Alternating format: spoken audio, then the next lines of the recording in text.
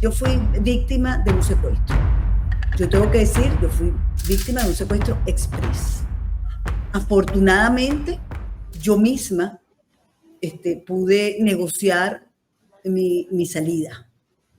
Pero a mí me soltaron a las 10 de la noche en la cota 905.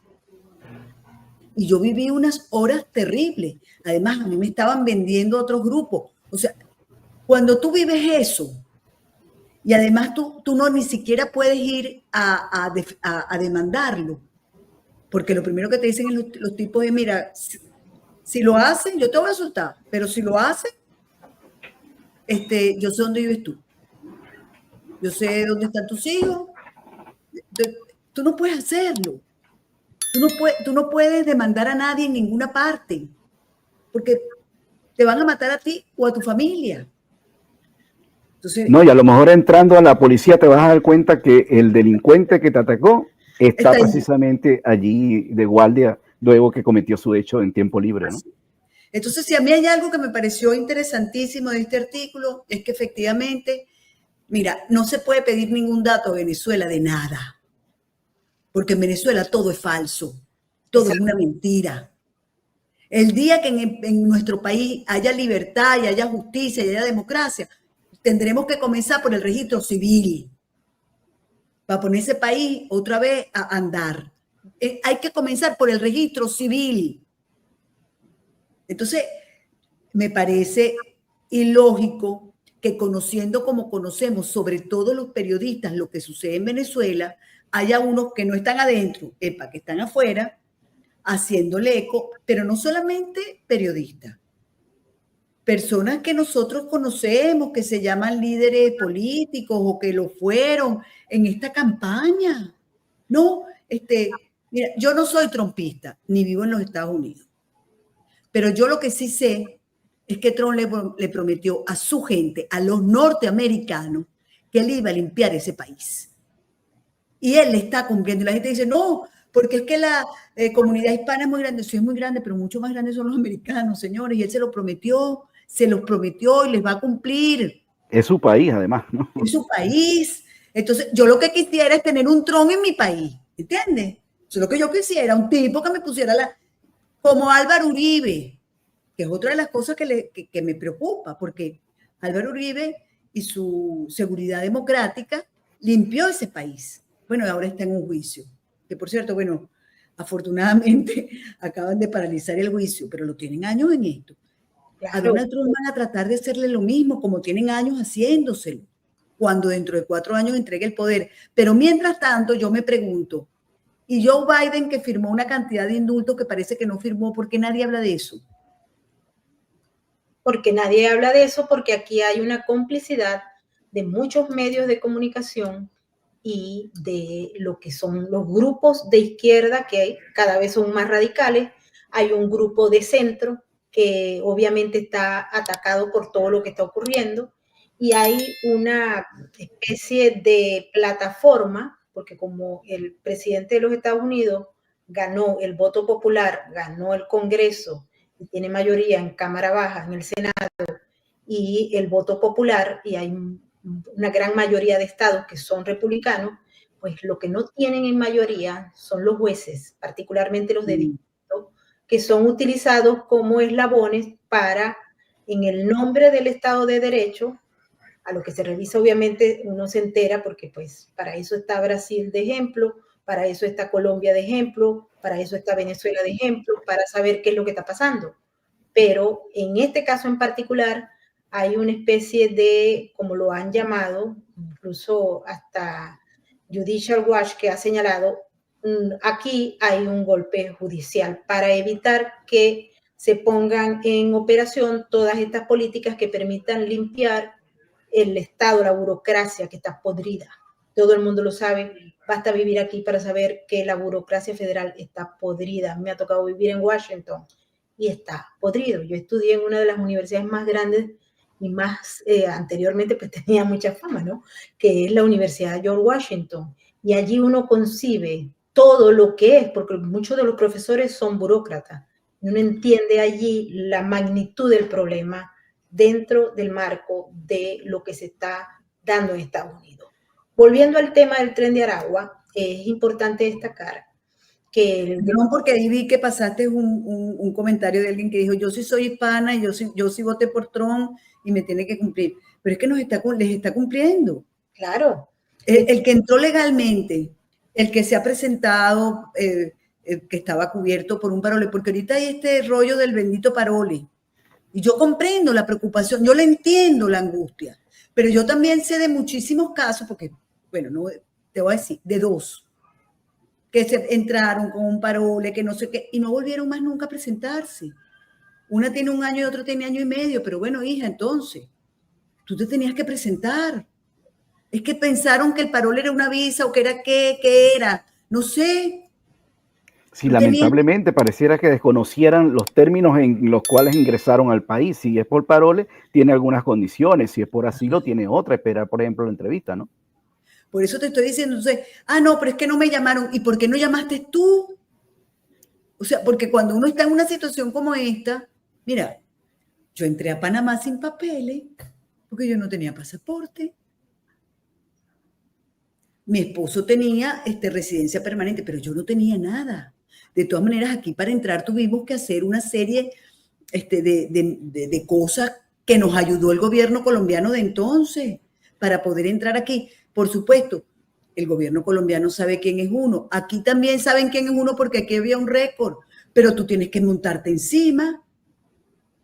No me han llamado, yo voy. Ay, mire, me tiene, porque aquí es una cosa de como 3 carnets, como 3 cédulas diferentes. Y cuando no me habían llamado, yo iba. Mire, es que no me han llamado. No, pero la van a llamar mañana. Ok, porque uno está preocupado.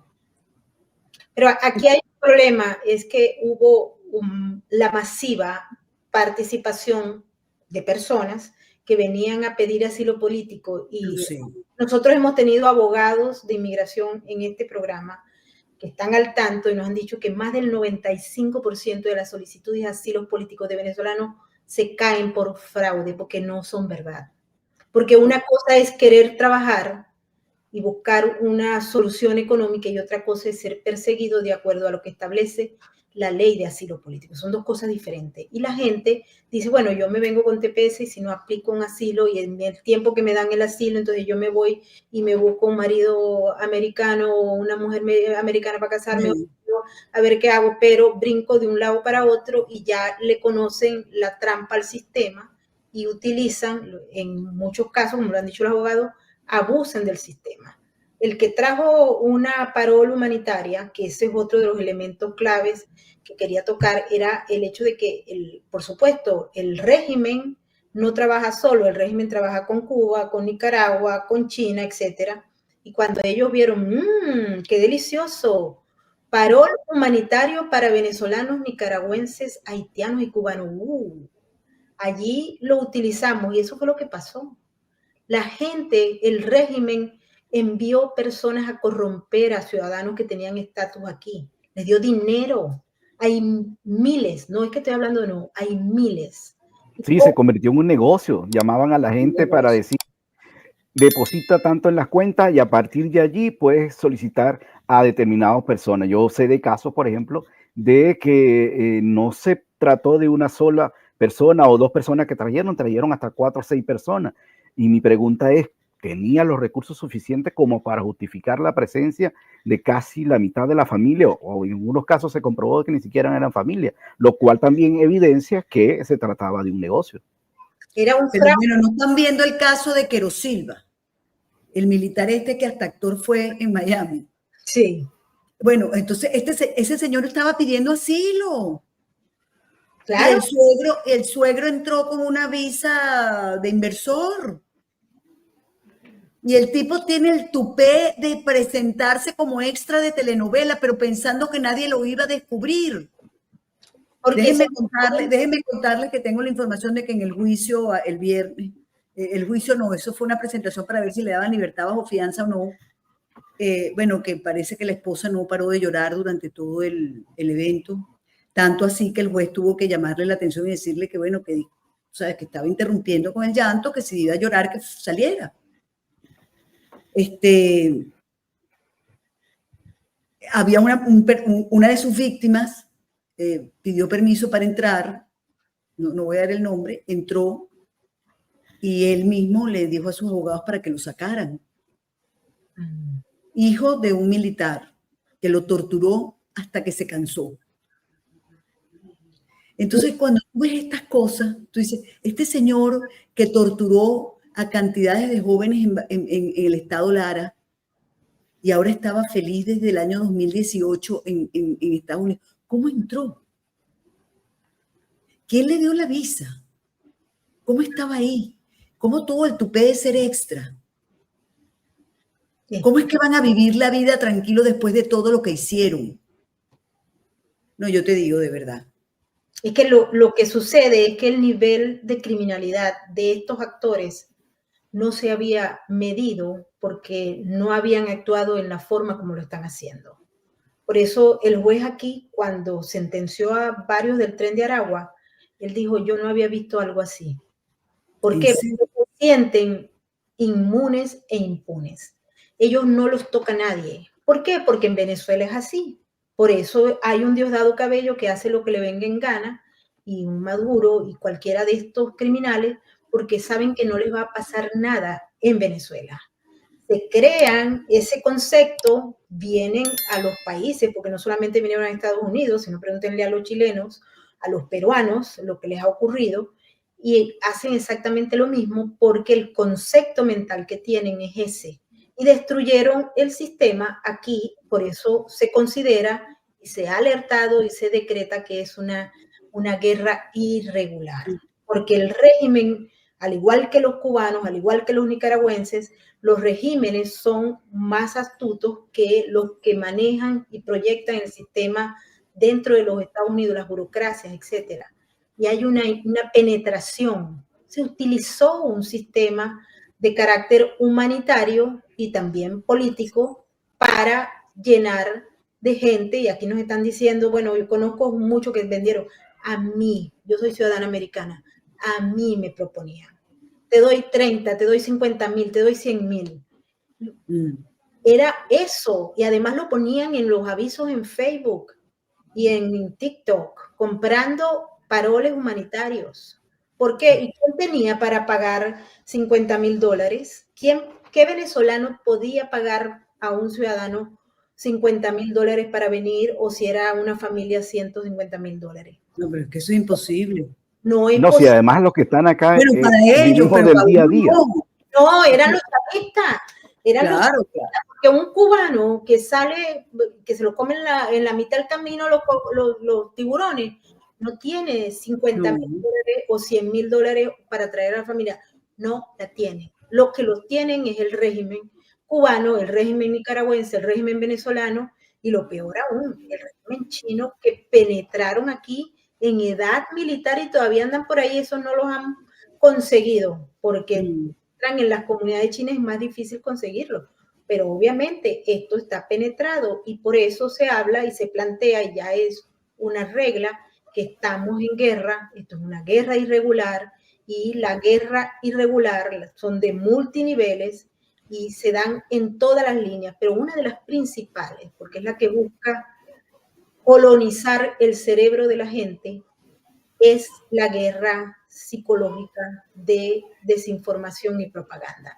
Y el régimen esa la maneja muy bien, muy bien. Pero yo lo que todavía no logro entender, Mabel y Germán, es que nosotros tenemos ya 25 años en esto, pero vamos a suponer que tenemos 10 años hablando de cómo ellos coparon los medios de comunicación y nosotros todavía no tenemos medios de comunicación. Cada día nosotros tenemos son estas pequeñas ventanas muy buenas, muy poderosas, se han convertido en un arma poderosa, pero deberíamos ser más. Es más, deberíamos estar incluso hasta más unidos, Mabel. Y yo no lo digo por ti ni por ti, lo digo por muchos, porque de repente estamos todos tirando, lanzando flechas, pero no nos coordinamos. Eso es correcto. Y en cambio todos ellos están coordinados. Están coordinados para el mal y nosotros no tenemos el deber de coordinarnos para el bien. Yo le decía a Mabel que el problema no solo es la astucia que ellos tienen, sino la maldad, ¿no? Creo que del otro lado hace falta una pizca de maldad para precisamente atacar a los malos, no para hacer cosas malas, ¿no? sino que precisamente para ir en contra de todos estos planes que lamentablemente buscan desestabilizar a los países, tienen el vil propósito de generar problemas, no solamente para afectar a la comunidad venezolana, es para afectar al sistema de gobiernos que ellos saben que están en contra o porque les pueden servir para salir en el futuro en contra de ellos. Entonces, hay un hecho bastante importante, que es que lamentablemente yo creo que aquí hay que revisar no solamente los expedientes de quienes están siendo sacados, sino que hay que evitar que lleguen a Venezuela estos miembros del Tren de Aragua, porque al final terminan siendo reciclados, es decir, los envían a otros países. Ya hemos visto en el caso de Colombia que fue detenido un cabecilla que ya había sido deportado hacia Venezuela, hacia Caracas, y a los 15 días ya estaba en Colombia. Gracias a Dios dieron con el paradero de él, pero esto es una muestra de cómo el gobierno o el régimen chavista, desde Chávez hasta ahora, hasta Nicolás Maduro, ha tenido de manera sistemática una política de gerencia y penetración. Y yo les voy a contar un caso del cual yo he estado, tuve del conocimiento y por razones de seguridad, en algunos casos no quise decirlo, pero cuando Maybro me planteó que habláramos de la delincuencia y la criminalidad de los asesinos del chavismo, yo me vino a la memoria este caso, porque es una muestra de cómo ellos han intentado precisamente enviar hacia el exterior a personas con fines lamentablemente nada buenos.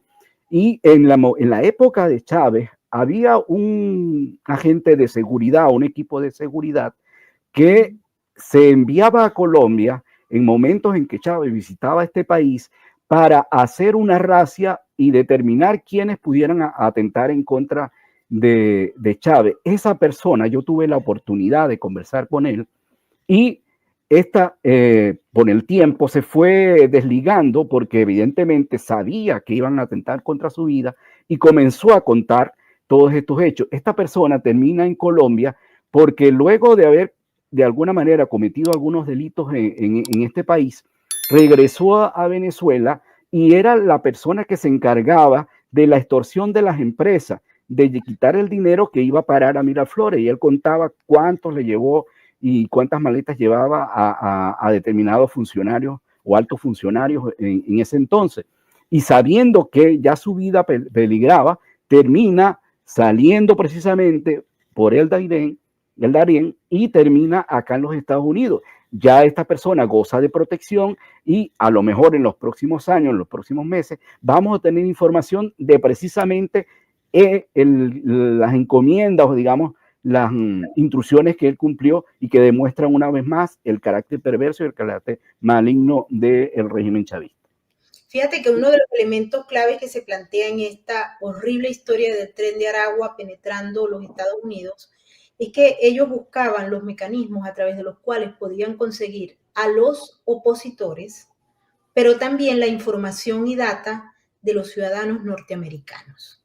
Eso lo hacen también los chinos muy bien, para acabar con la disidencia china y además para perseguir, torturar, etcétera, y secuestrar, porque aquí secuestran a la gente y se la llevan y aparece por allá en China o aparece en Irán. El caso de esta periodista reciente, pues deja claro cómo operan, porque ellos operan en conjunto. Maduro no opera solo, opera con los cubanos, con los iraníes, etcétera, con los socios estratégicos.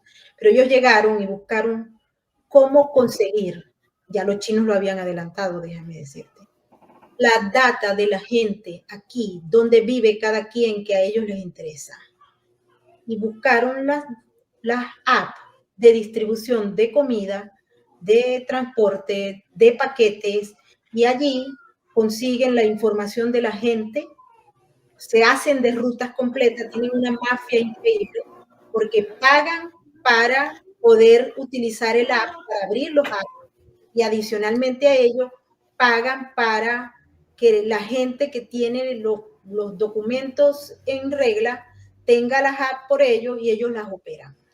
Entonces, hay mucha gente que vive de eso. Yo conozco, porque aquí en Nueva York, yo tengo muchos años viviendo aquí, ustedes no pueden vivir en Nueva York, ni siquiera a veces, ni siquiera con un solo trabajo. Tienes 3 trabajos y todavía andas buscando otro, porque aquí la vida es cara, muy cara. desde los arriendos hasta la comida, los impuestos, todo aquí es costosísimo. Yo me pregunto muchas veces, porque conozco gente y digo, ¿cómo esta vive en el gimnasio y echándose fotos en la ciudad y paseando, ¿no? Y comprando carteras caras, que no son de las del barrio chino? Y empezamos a revisar y nos dimos cuenta que esas personas tenían un montón de apps y esas apps las alquilan a estos sujetos y estos sujetos van haciendo una red y esta red es tan grande que amenaza la seguridad de los ciudadanos que están aquí, que los han robado. A mí me ha pasado, me entregan, yo llamo, me toman la foto de un paquete que estoy esperando y a los 3 minutos salgo y ya el paquete no está. Y es que no está porque es que el que lo trajo venía uno al lado que se lo llevó. Él le tomó la foto, salió y vino el otro y se lo llevó, porque trabajan en conjunto.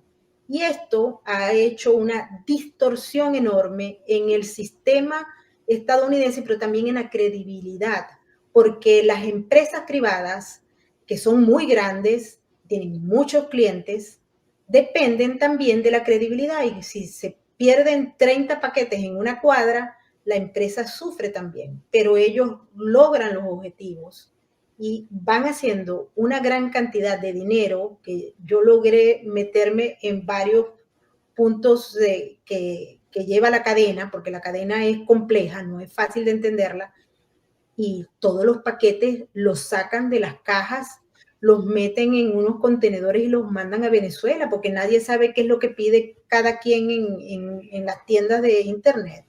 Y venden y tienen empresas en Venezuela de venta de paquetes robados a los ciudadanos americanos o aquellos que tienen aplicaciones y compran con tarjetas de crédito americanas. Estamos frente a un mecanismo que es diferente, porque las maras salvatruchas no hacían esto. Ellos venden cocaína, se apoderan de rutas, lavan dinero, usan criptomonedas, etcétera, pero no habían llegado a este nivel. Este nivel es otro, es superior. De allí la necesidad que han tenido los cuerpos de inteligencia de Estados Unidos de averiguar cómo es esto. Primero para entenderlo, se tardaron en entenderlo. Es más, yo creo que hay muchos que todavía no lo entienden. Y no lo entienden porque es sumamente complejo.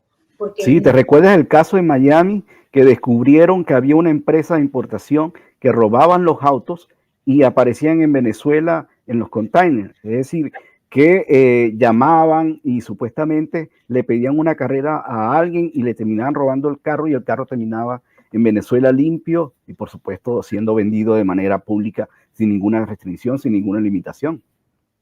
Exactamente, y esto viene desarrollándose en las ciudades grandes. En Colorado hay este tipo de mecanismos que se van ampliando a nivel internacional, pero aquí, donde la gente compra por internet, esto es una cosa espantosa y pierde, hay muchas pérdidas. Yo conozco gente en grandes tiendas de departamentos, en Macy's, por ejemplo, y los tipos llegan a robar y saben exactamente qué número de productos van a robar. Ellos vienen adiestrados. Y ya no solamente en el ánimo, Nitu o Hernán, en el ánimo de estar robando cosas porque las quieren poseer. No. En los chats piden, miren, yo en Caracas quiero una cartera Louis Vuitton. Y me buscan la que es y los tipos se le toman la foto y le dicen, ya te la tengo, y la mandan a Venezuela. Unos zapatos Jordan, no importa que lo piden de Venezuela y ellos lo buscan aquí, lo envían, pero es que no lo buscan comprado, sino que lo buscan robado.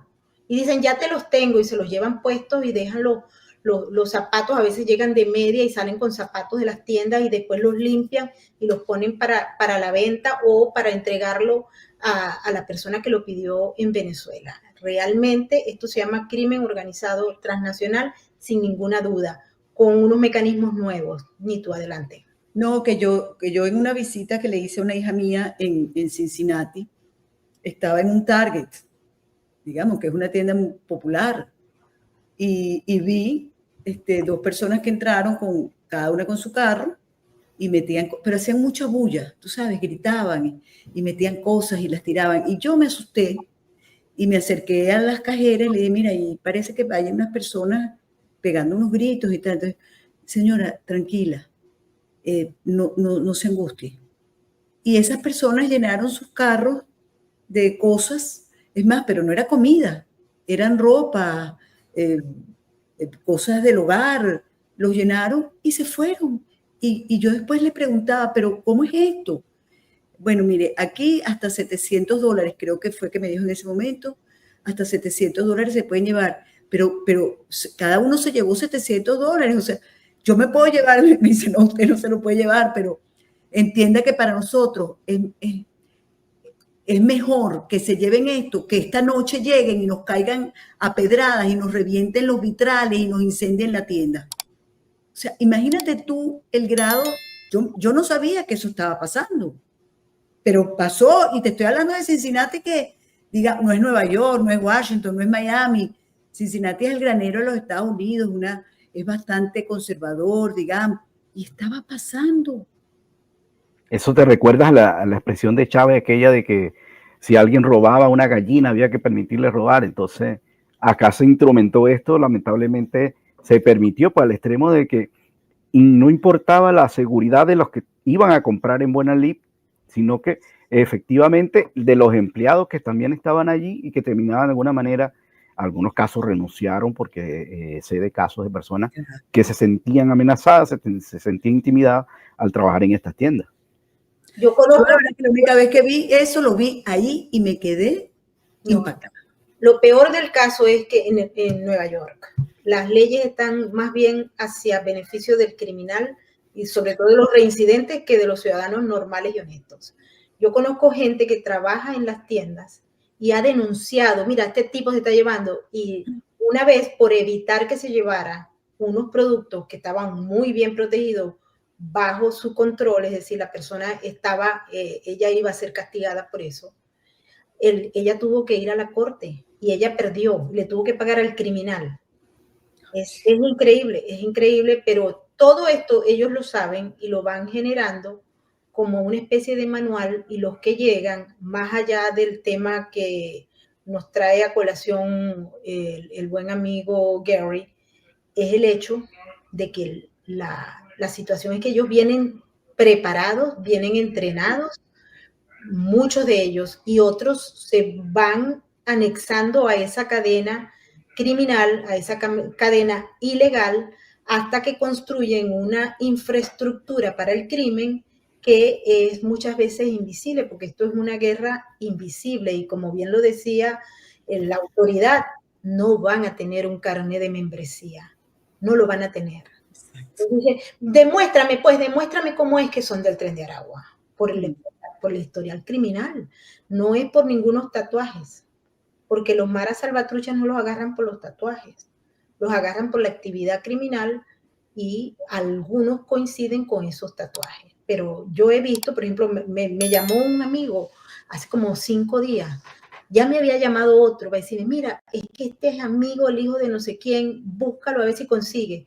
Él es pobrecito, él es trabajador, sano, etcétera, ¿no? Cuando me dio a buscar, no, este hombre había robado y estaba desmontando los cajeros automáticos con unas tarjetas. Eso no era, estaba trabajando, sería que trabajaba y bueno, o sea, trabajaba y en el tiempo libre iba a robar los cajeros automáticos. Ya trabajaba como delincuente. Pues. Sí. Eso también es su profesión, vamos a estar claros. Si la ejercían en Venezuela, acá por supuesto ya vienen con formas de actualizarla y de alguna manera adaptarlas a lo que es el sistema norteamericano.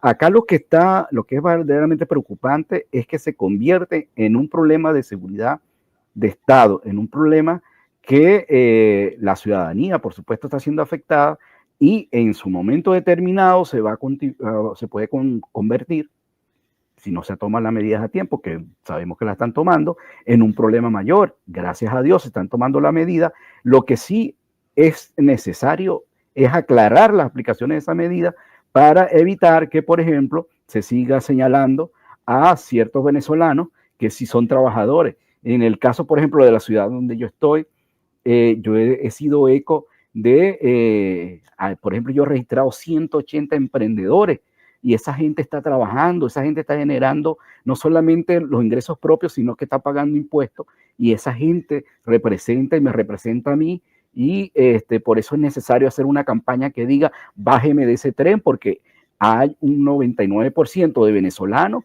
que han venido con buena actitud, que evidentemente están haciendo lo propio, que es salir día a día a trabajar y por supuesto dejar el nombre de Venezuela en alto. Claro, aquí tenía una inmigración maravillosa. Venezolanos siempre lograban éxitos, eran los más buscados, igual que pasa, por ejemplo, en Argentina. A mí me toca ir a trabajar en Argentina con mucha frecuencia y sé de gente que dice, si son venezolanos mejor, porque tienen un buen servicio, porque trabajan, porque, etcétera, son buena gente, son honestos, etcétera. Así. Pero dentro de la bolsa de manzana vienen unas podridas que fueron las que echaron a perder todo.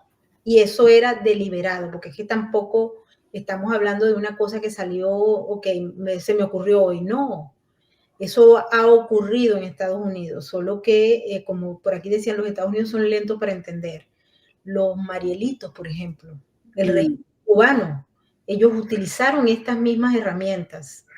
Incluso si ustedes van hacia temas de 4 o 5 décadas, ustedes veían cómo las organizaciones del crimen transnacional, del narcotráfico, para el menudeo, para todo el manejo, agarraban marielitos para eso, porque estaban preparados, no tenían que preparar, venían de las cárceles muchos de ellos.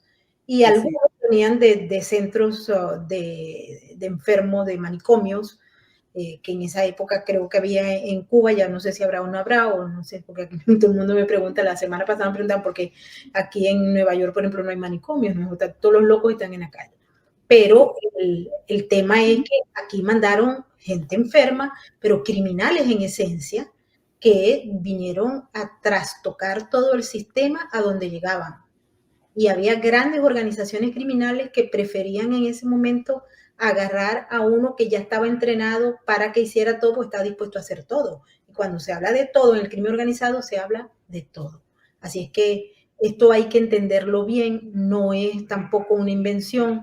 Es muy triste también observar cómo, por ejemplo, abogados que dicen que están en Caracas, es que yo no entiendo cómo es que pueden aplicar una orden ejecutiva de esa naturaleza y decir que estos que son meros malandrines sean criminales terroristas.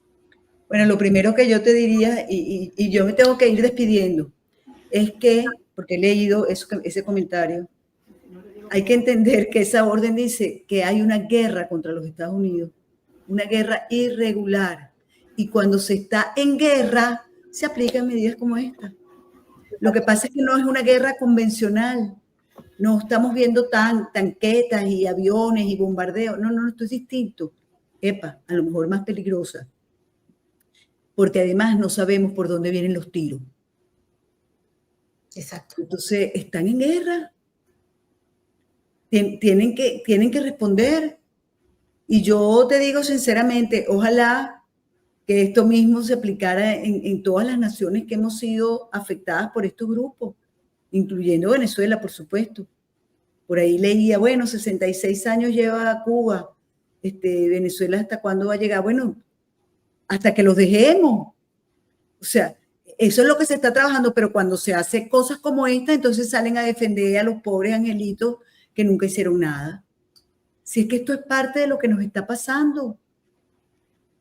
Además, ellos lo anunciaban, la brisita bolivariana, tú lo dijiste muy bien al comienzo, Hernán, la brisita bolivariana en Colombia, en Chile, en Argentina, en Perú, incluso llegó a decir Diosdado Cabello, la brisita bolivariana va a llegar también a los Estados Unidos, lo dijo. La furia bolivariana. Hablaba de esos términos, sí. Esto es parte de esa furia. Entonces, bueno, mira, qué bueno que hayan cosas como esta. Yo lo digo porque la gente de bien tiene que vivir con tranquilidad. Entonces, si les están poniendo su país, se los están limpiando de criminales, pues me parece estupendo. Qué bueno. Y ojalá que no nos los manden a nosotros para Venezuela. Yo la verdad es que lo que no quiero es que... Yo no quiero cuando a mí me dicen, no, porque que los manden para Venezuela, que no los dejen en El Salvador. No. Si son culpables, déjenlos en El Salvador y en Guantánamo. Claro, como te dije, terminan siendo liberados, terminan haciendo turismo por América Latina. Ahora, hay una cifra que me llamó la atención, que es que el presidente Trump hablaba de 11.000 asesinos que habían en Estados Unidos, es decir, personas que está comprobado que cometieron delitos. Y evidentemente esas personas no solamente tienen que ser juzgadas, en el caso de que haya la posibilidad de sacarlos del país, hay que decir hacia dónde tienen que ir y a qué países, por supuesto, son originarios, ¿no? Para un poco aclarar esa situación, porque puede servir pues para seguir manipulando y confundiendo a la gente. Bueno, yo le agregaría a lo que dijo Hernán, que me pareció extraordinario, que es que el Tren de Aragua arranca incluso con Hugo Chávez, cuando en el 2000, después de aquella marcha fabulosa, creo que era en el 2002, aquel 11 de abril, ellos entienden que necesitan no solamente conformar los colectivos que ya existían insípidamente, sino dotarlos y hacerlos de armamento y financiamiento para ejercer un control social en la sociedad. No se nos puede olvidar Lina Ron, por ejemplo. Ahí hay un inicio, pues, digamos, no del Tren de Aragua, sino de todo lo que ellos estaban inventando precisamente para el control social y aterrorizar a la gente. Y fue a través de estos movimientos violentos, ¿no? Luego, efectivamente, como tú dijiste, un poco más adelante, es cuando se va a construir y se anuncia la construcción del tren de la no sé qué cosa ferroviaria que iba a comunicar al país por todas partes. Y entonces, bueno, comienza todo este desastre. Y efectivamente empieza en una cuestión sindical para darle cargos a los obreros, porque eso así fue que empezó. Tú me pagas tanto, yo te dejo trabajar. Y arrancó así y después se convirtió en esta cosa que se convirtió. Y hoy, por cierto, que estaba leyendo un artículo del Nuevo Herald en el cual hablan de cómo llega a los Estados Unidos, según unas fuentes, por cierto, está ahí una fuente es Gary Bersman, creo que me gusta mucho porque además está haciendo un trabajo maravilloso con relación al fraude electoral. Y ahora lo veo en esto y me parece una persona con muchísimo conocimiento de cómo el Tren de Aragua entró a los Estados Unidos, como al menos 300 personas que se sepa, fueron entrenadas militarmente para entrar a los Estados Unidos. A mí me parece esto muy significativo. Por cierto que hay un personaje que asesinó o estuvo involucrado en el asesinato de Cancerbero, que yo ni siquiera sabía que Cancerbero era un cantante, un músico, un rapero, no lo conocí, pero por supuesto que supe de él cuando con tanto ahínco se tomó el caso el fiscal Tarek William Saab. Bueno, uno de los señores que está buscado, según Tarek William Saab, pues está ahí en El Salvador y como uno de los miembros del Tren de Aragua, y por cierto, era un ex 6CPC. O sea, es que son ellos mismos. O sea, si ustedes quieren una prueba de cuán metido está el gobierno en esto, porque a mí no me va a decir Tarek, a estas alturas del partido, que agarran a los muchachitos en las escuelas, aquellos que fueron testigos de mesa, a los que fueron presidentes de mesa, a los que leyeron unas actas y los agarran presos en 2 minutos, que era el 6CPC, ellos, se fue para los Estados Unidos. No, hijo, le dieron el pitazo, mira, mejor es que te vayas, te vamos a nombrar, estás metido en esto y vas y ayudas allá con el Tren de Aragua. Miren, esa es la mentalidad criminal que tiene este régimen. Así que yo no tengo la menor duda que esto haya sido así. Y nada más con ese caso probado. Yo estoy absolutamente convencida que sí son miembros del Tren de Aragua o que tienen delitos importantes y por los cuales los han enviado ahí. Así que esta campaña de que se ha regado, sobre todo en Venezuela, de que pobrecito, y ver colegas que yo he creído muy serios, no, los derechos humanos, el debido proceso, todos queremos el debido proceso y los derechos humanos, todos creemos en eso, pero esos señores no tuvieron ni debido proceso ni derechos humanos con nosotros. Así Entonces, son delincuentes y punto, y tienen que pagar. Yo no Es la conozco institucionalización del crimen en Venezuela. que diga que su hijo es un delincuente. Todas las madres van a decir que su hijo era deportista, era un buen muchacho, padre de familia, sostén del hogar. Eso es lo que van a decir. Sí, vamos a escuchar a José, que se tiene que ir, y nos quedamos nosotros en la discusión. Okay. José, ¿cuáles tú crees que puede hacer los planteamientos que se vayan a hacer a futuro? Porque esto ha permitido que los enemigos del presidente a nivel internacional, dicho sea de paso, pero también aquí internamente, ataquen la política, porque están atacando todo, desde los carros de Tesla hasta esto. Adelante, José. Bueno, Maybot, como tú sabes, esto es muy político y lo utilizan porque, bueno, típicamente en Estados Unidos los últimos años nos hemos acostumbrado a políticos que te ofrecen el oro y el moro, y la gente se acostumbra a escuchar promesas, y cuando eliges a esa gente no cumplen con la mitad de lo que prometen. Donald Trump ha cambiado eso. Desde que entró la primera vez en este segundo periodo, todo lo que ha prometido lo está cumpliendo, y a mucha rapidez. A él le gustan los resultados y está dando los resultados. La política de Trump es simple, está cumpliendo con su promesa. La izquierda acá progresista, está tratando de manipular esto utilizando los medios de comunicación, que ya lo vienen haciendo de muchos años. Como tú sabes, lo han tratado de meter preso, lo han tratado inclusive para mí de asesinar y todo. Ahora utilizan la prensa cambiando la narrativa y haciéndolo ver a él mal, cuando en realidad, como lo dice Hernán y Nito, él lo que está tratando de hacer en realidad es tratar de mantener el país seguro contra estos criminales de esta organización criminal.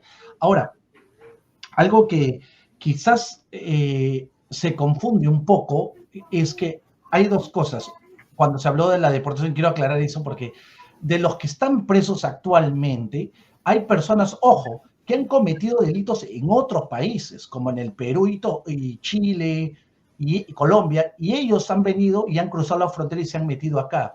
Pero como el gobierno de Trump, yo lo he visto en muchos artículos, están ahí, ha tenido información con estos grupos de inteligencia y de la policía de esos países de Sudamérica, han podido obtener esa información. Entonces, cuando han detenido a esta gente, se la ha detenido no por crímenes que han cometido después que cruzaron la frontera, sino por crímenes que ellos han cometido en otros países en Hispanoamérica.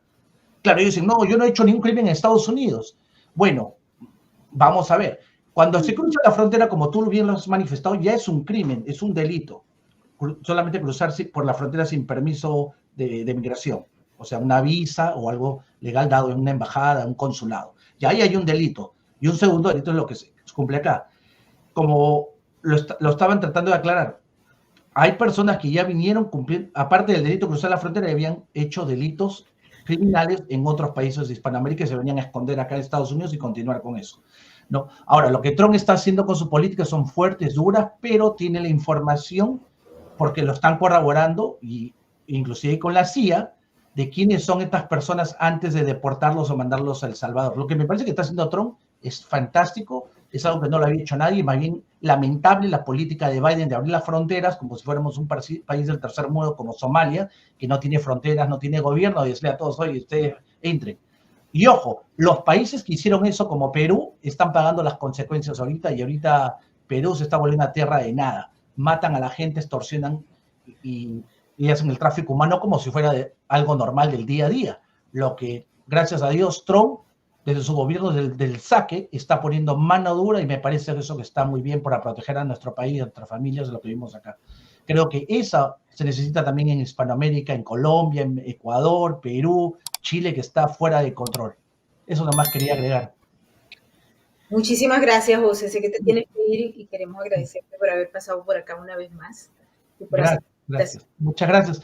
Gracias, Hernán. Gracias, Nito. A usted. Dios lo bendiga mucho. Gracias. Amén, igual. Amén. Ahora, cuando uno escucha a Diosdado Cabello, uno dice, él plantea que no hay delito que ninguno de esos. Solo 18 tenían unos delitos, pero eran menores. Yo traté de conseguir por todas las vías posibles, pero bueno, hay miedo, pues. Y hay miedo, y esto es importante también que la gente lo sepa. Pero logré uno de los audios de una persona que fue víctima del Tren de Aragua. Y por eso es muy difícil conseguir antecedentes en Venezuela, y si hubiesen, tampoco los iban a entregar. Pero vamos a escuchar este audio. Ok. Gracias por darme mi opinión acerca del Tren de Aragua. Esos que se unieron al gobierno de Maduro, al régimen de Maduro en Venezuela, que esa misma gente que se vino para los Estados Unidos, secuestraron, mataron a muchos familiares de nosotros allá, que dábamos 10, 15 mil dólares para que nos dejaran salir de nuestros familiares. Esos son esos hombres que dicen del Tren de Aragua que está ahorita en El Salvador. Esa gente no tiene antecedentes penales en Venezuela. Hay mucha gente llora en TikTok. Ellos no tienen antecedentes penales en Venezuela. ¿Pero por qué? Porque nosotros no podíamos hacer nada. No podíamos denunciar a esos hombres del Tren de Aragua. Por eso ellos no tienen antecedentes penales en Venezuela. Pero lamentablemente aquí no se quedó igual que en Venezuela. Tienen que pagar. Esto es de una persona que fue extorsionada. Fue extorsionada por el Tren de Aragua y además sus familiares tuvieron que huir de Venezuela porque los amenazaron de muerte y atacaron de manera directa. El tema de no denunciar en Venezuela es lo normal. Mucha gente no entiende afuera cuando uno dice, no, pero ¿por qué esta gente no? Porque no se puede, porque el régimen no tiene, en Venezuela no hay democracia y no hay Estado de Derecho. Así es. Bueno, por lo menos están claros, creo que se ha entendido, se quiere crear conciencia, pero ante el arrebato de la narrativa de los medios, Hernán y yo somos amigos desde hace mucho tiempo en Caracas, cuando éramos felices y no lo sabíamos. Hicimos periodismo juntos y realmente en estos momentos uno observa lo que está pasando en Venezuela, Hernán, donde hay un predominio para sembrar el relato del régimen a como dé lugar. Y uno observa cómo la gente, dentro de todas las debilidades, las fortalezas, los miedos, etcétera, se termina plegando una parte de ello al relato del régimen. Y eso se deja seducir, porque si hay una palabra que permite al cerebro ser seducido es cuando se utiliza una causa social que se plantea como injusticia para tapar cualquier otro elemento que queda atrás. Es una herramienta de guerra simétrica, de la llamada guerra psicológica, es una estrategia que utiliza el régimen de manera reiterada. Y es difícil de romper ese relato dentro cuando hay muy pocas posibilidades de llegarle a la gente.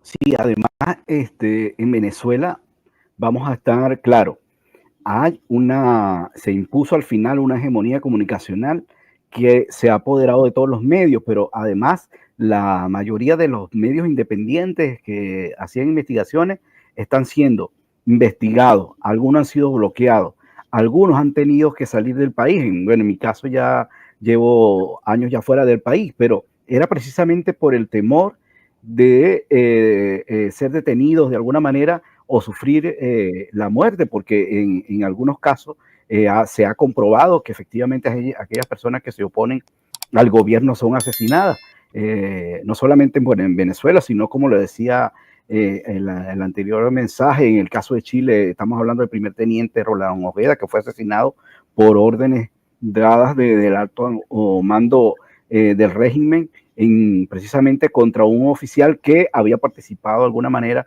en algunas operaciones para liberar al país. Y el tema de los medios es preocupante porque estamos hablando que en este momento hay 12 periodistas detenidos, hay también, digamos, portales importantes que están siendo bloqueados y que en algunos casos, lamentablemente, no tienen cómo subsistir desde el punto de vista económico, porque además ese ha sido otro mecanismo de presión contra la verdad.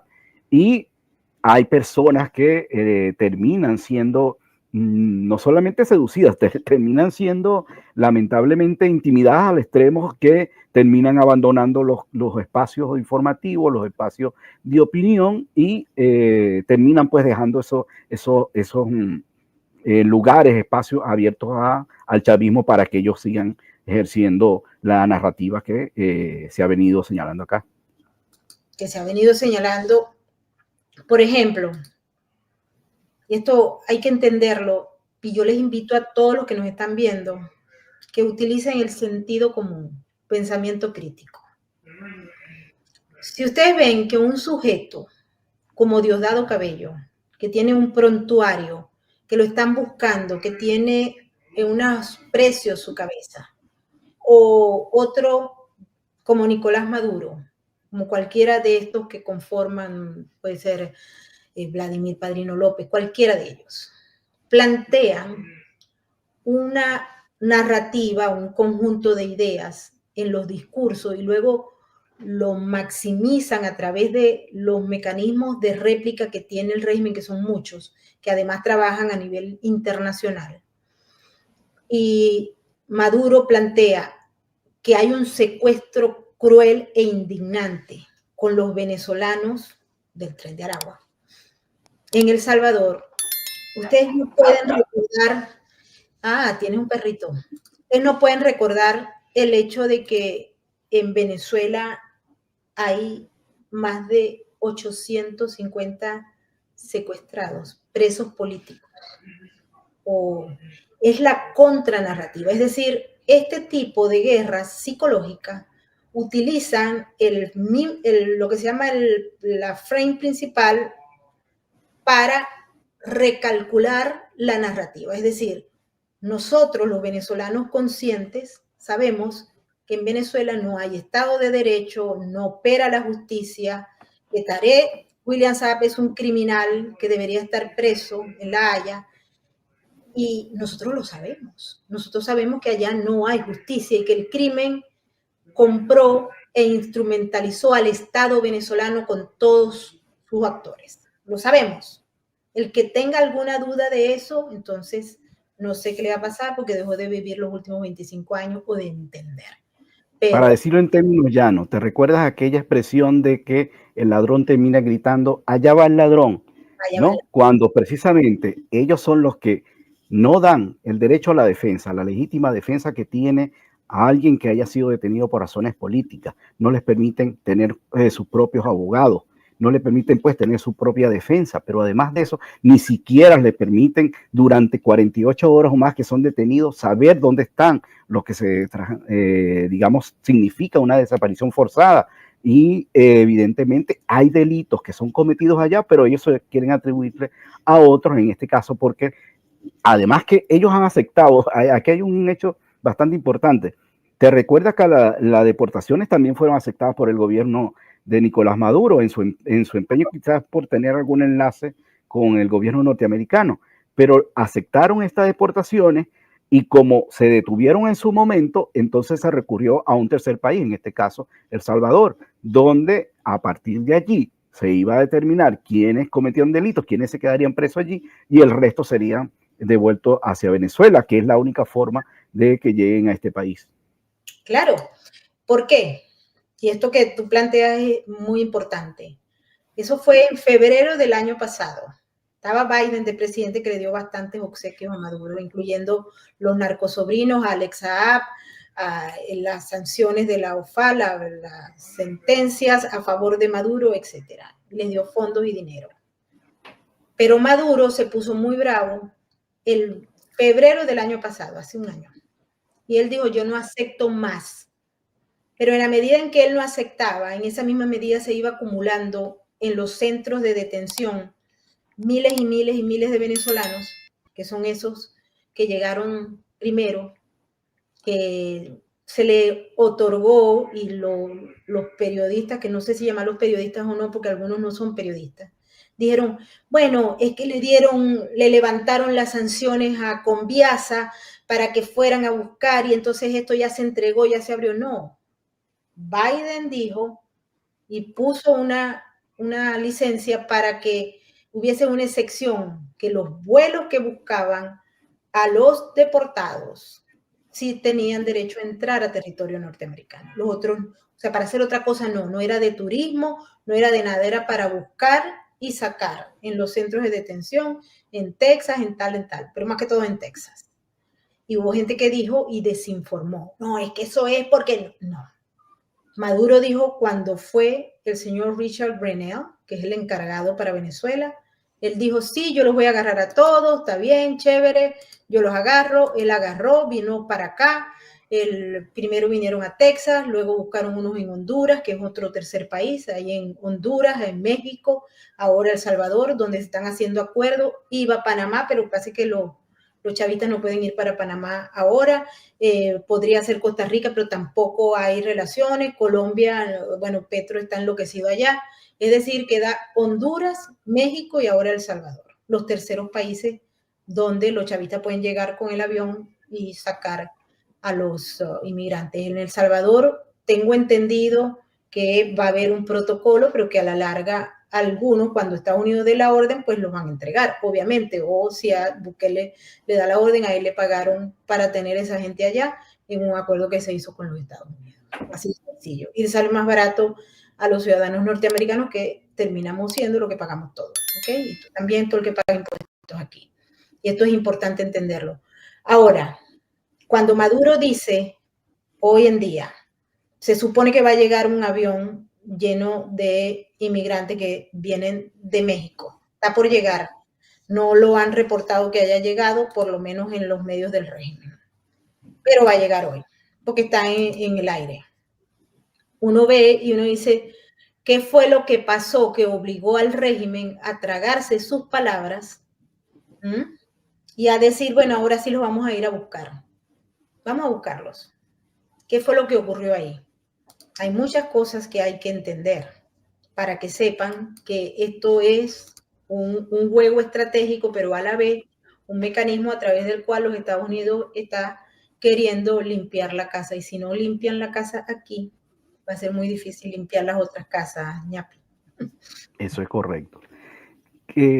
Lo que yo pudiera entender de este juego, cambio de política, o más por así llamarlo, malcriadez de Nicolás Maduro, es que creo que él necesita como tener ese enlace y esa posibilidad de llamar a alguien que esté con el gobierno de Trump y que le agarre el teléfono.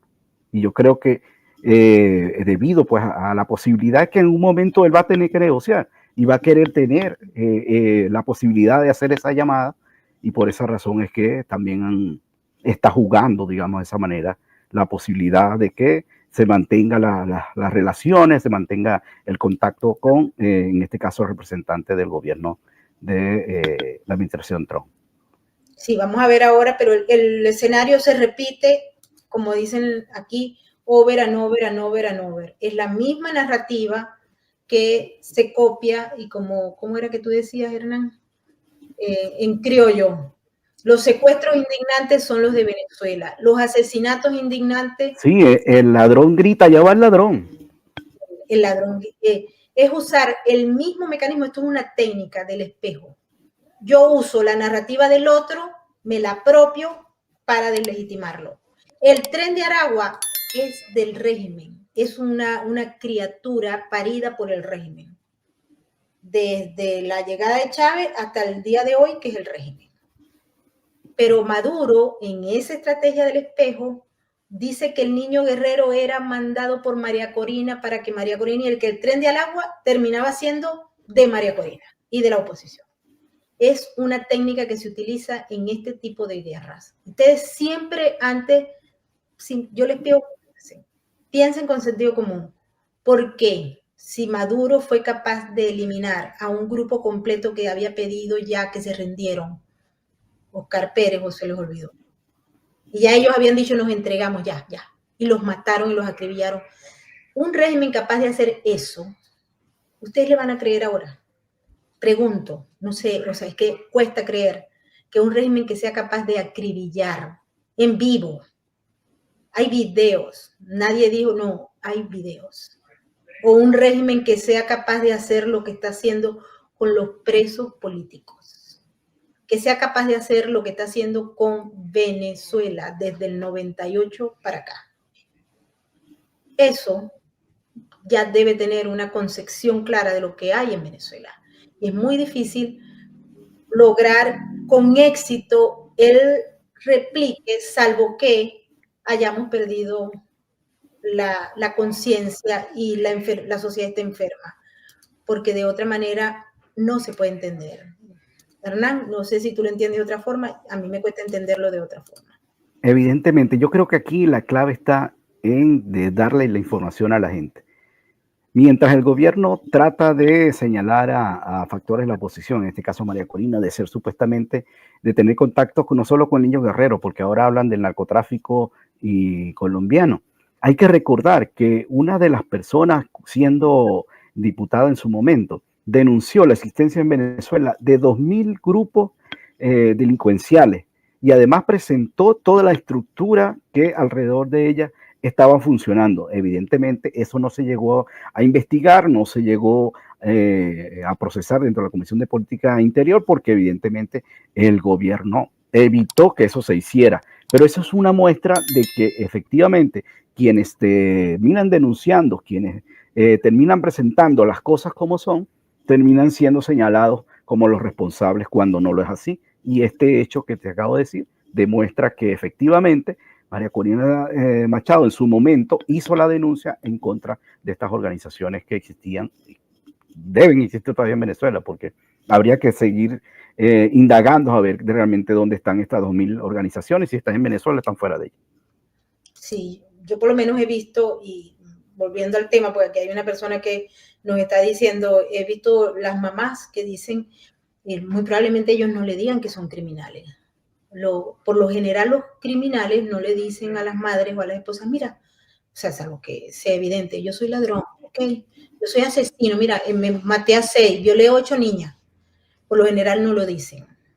Yo conozco gente aquí, en Estados Unidos, pero en Nueva York, que yo vivo en la punta del antro, donde hay venezolanos, tristemente, es una organización de microsexo express. Se vende sexo express, que ese producto no era muy convencional aquí, pero se puso de moda con las venezolanas y los venezolanos, hablando en lenguaje inclusivo. Y llegan a los vagones del tren, a donde quiera, y es sexo express. Pero esos tienen proxenetas que están ligados a organizaciones que van creciendo y llevan las mujeres de un lado para otro. Y aquí, en el gobierno de aquí, las prostitutas ya no se llaman prostitutas, aquí se llaman sobrevivientes sexuales, si traducimos el término, porque es sexual survivor. Son sobrevivientes sexuales y por ende una parte... Se justifica entonces la actividad que realiza. Legalmente en la ley está que es un delito, tanto para la que lo ejecuta o el que lo ejecuta como para el proxeneta. Pero tomando en cuenta los cambios que se han dado desde el punto de vista de las acciones de gobierno aquí, pues a ver si puede salir, si uno roba, matan y el otro no lo pueden seguir. Entonces, en este caso en particular, ellos no continúan haciendo lo que es la aplicación de la ley, que es lo que ha fallado en todo esto que estamos observando. Y sé que yo las he visto, a mí nadie me lo ha contado, yo las he visto. Yo me he montado en el tren a las 12 de la noche, a las 1 de la mañana. Ahora inauguraron una unidad de la policía para que se meta en el tren para que las mujeres prostitutas no vendan el sexo a $20, más $5 un condón. Dios mío. Pero ellas no le van a decir a su mamá. Una vez estaban buscando a una que se había perdido y alguien había dicho que estaba en Nueva York. Me llamaron. Yo dije, pero ¿cómo la voy a ver? ¿Cómo la voy a conseguir? No, bueno, ¿qué tal que nos ayude? Puse a buscar. Ella está en el tren. Ella está en el tren, en el metro. El tren de Aragua, no, el tren de Nueva York. Y claro, la muchacha nunca dijo, 1 que estaba aquí, 2 que era prostituta y 3 que se vendía por $20 en el tren. O sea, eso no lo van a decir. Ella dijo que ella estaba trabajando en un restaurante fuera de las cercanías de Nueva York. Entonces son cosas que obviamente los delincuentes no van a decir, o las personas que están haciendo por diversas. Hay unas mujeres de estas que yo las considero víctimas de trata, de blanca. Y son así, los hemos estudiado. Aquí en Europa del Este opera de la misma manera. Y muchos las venden. Muchos se benefician, es un negocio enorme. El tema aquí está en el hecho de que no se aplique la ley y ahí empieza todo el problema. Pero los delincuentes por lo general no le van a decir a los familiares allá en Venezuela, no, yo estoy matando aquí, ok, yo vivo del robo, yo vivo de la venta de cannabis, o sea, yo vendo aquí, no sé, fentanilo, obviamente que no lo van a decir. No, y en algunos casos también las familias saben realmente que tienen personas que son delincuentes y a lo mejor lo aceptan como algo natural que cuando salgan de otro país también vayan a cometer delitos o estén haciendo otras actividades que han sofisticado con el tiempo, como tú llamas de servicio express de sexo, ¿no? Así es, así es. Bueno, aquí me está diciendo mi propia oposición, y quién dijo que yo tenía oposición. Marilyn, bravo, ¿qué te pasa? ¿Qué estás haciendo? Yo sé que hay dentro de lo que se llama oposición también criminales, sé que hay. Y por cierto, deja que empecemos a sacar cuando llegue la auditoría de la USAID para que ustedes vean cuántos hay. Pero sin evidencia no se puede hablar. Eso es correcto. Así Hay que hacer una investigación para determinar esos hechos. Nosotros estamos esperando, tenemos elementos, pero no todos los que necesitamos. Y aquí recuerden que estamos en la serie de USAID con Eric Fajardo y vamos a seguir a lo que salga esa auditoría. Ya tenemos varias follas incluidas en el sistema, eso lo vamos a traer aquí.